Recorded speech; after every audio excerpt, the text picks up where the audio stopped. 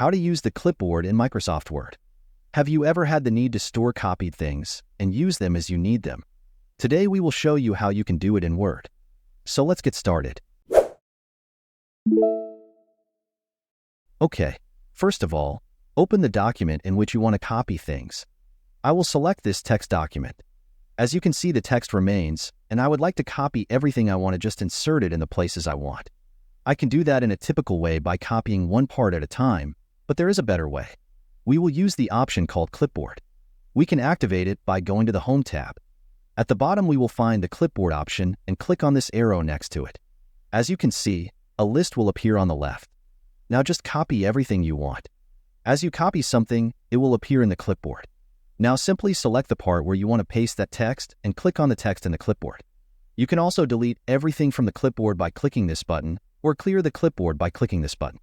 And that's all.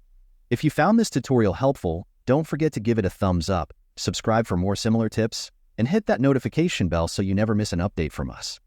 Thanks for watching, and I'll see you in the next one.